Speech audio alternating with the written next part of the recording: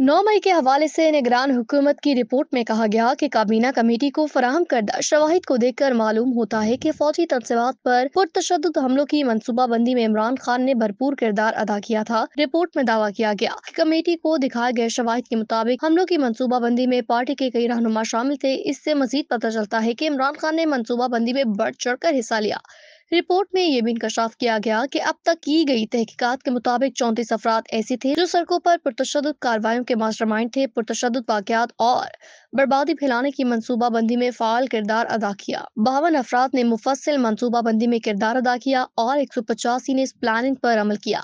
Report में कहा गया, हिकमत अमली के तहत इमरान खान की गिरफ्तारी से कई दिन कबल पार्टी के हामियों और मुसल्लह अफराद को पीटीआई के मजबूत गढ़ समझे जाने वाले इलाकों बिलखसूस सूबा खैबर पख्तूनख्वा से लाहौर पहुंचा दिया गया था और उन्हें शहर के मुख्तलिफ मकामात पर मामूर कर दिया गया था। उनके अखराजात पार्टी रहनुमा और हमदर्द बर्दाश्त करते थे।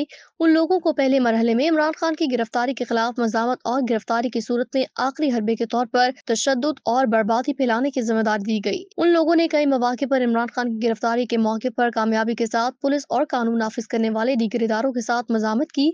रिपोर्ट के मुताबिक 9 मई 2023 को इमरान खान की गिरफ्तारी के बाद ये अफराद पहले से तयशुदा मुख्तलिफ मकामात पर खड़े हो गए ताकि पार्टी के दीगर कारकुनों को वहां से रैली की सूरत में ले जा सके। शवाहिद से मालूम होता है पुरतशद्दुद कार्रवाइयों के लिए इन लोगों के पास लाठियां मौजूद थीं। सोशल मीडिया के जरिए इशारे मिलते कि इन लोगों ने हुजूम के जज्बात को मजीद कैसे भड़काना है। हुजूम को जीएचक्यू और लाहौर में जिना हाउस की तरफ ले गए। इन मकामात पर मौजूद लोगों के बयानात रिकॉर्ड करने पर मालूम हुआ कि हुजूम में से आवाजें आ रही थी कि मखसूस मकामात की तरफ मार्च किया जाए, मजामत करने वाली ये आवाजें खामोश कर दी जाएं। जैसे ही ये लोग मखसूस मकामात पर पहुंचे उन्होंने पुरतशद्दुद कार्रवाइयां शुरू की और दूसरों को भी इसमें शामिल होने की तरगीब दी।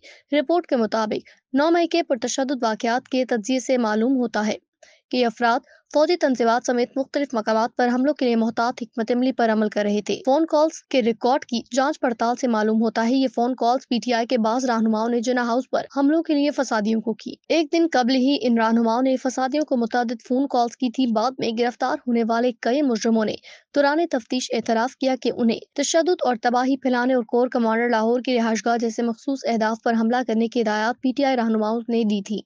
9 मई 2023 के वाकयात अलग थलग थे, न अचानक पेश आए।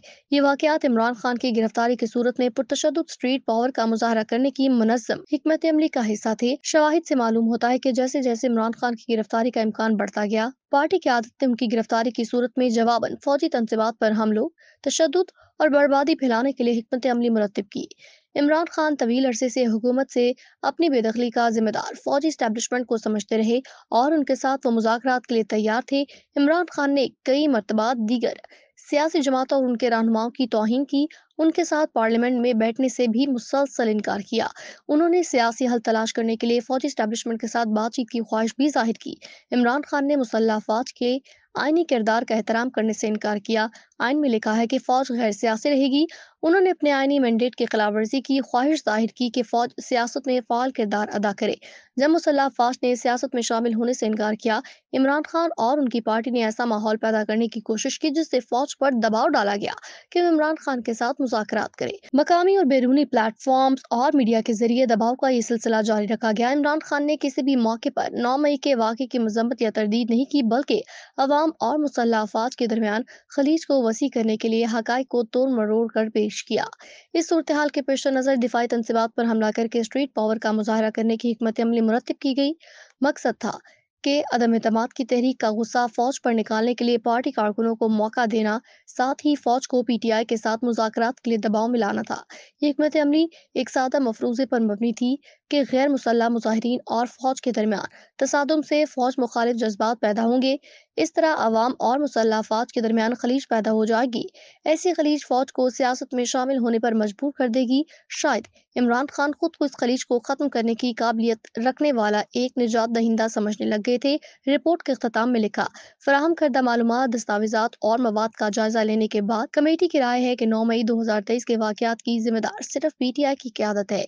9 मई के वाकयात मरबूत और मुनज़्ज़म اور فوج پر دباؤ ڈالنے کے لیے تشدد کو بطور ہتھیار استعمال کرنے کی حکمت عملی کا حصہ تھے۔ یہ اقدام ریاست، اس کے اداروں، عدلیہ اور الیکشن کمیشن پر بالواسطہ دباؤ ڈالنے کے مترادف تھے۔ جن لوگوں نے ان جرائم کی منصوبہ بندی کی، اسے عملی جامہ پہنایا اور معاونت کی، انہیں قانون کی بھرپور طاقت کا سامنا کرنا پڑے گا۔ تفتیشی اداروں، استغاثہ اور عدلیہ کو چاہیے کہ ان واقعات میں ملوث افراد کو فوری انصاف کے کٹہرے تک لایا جائے۔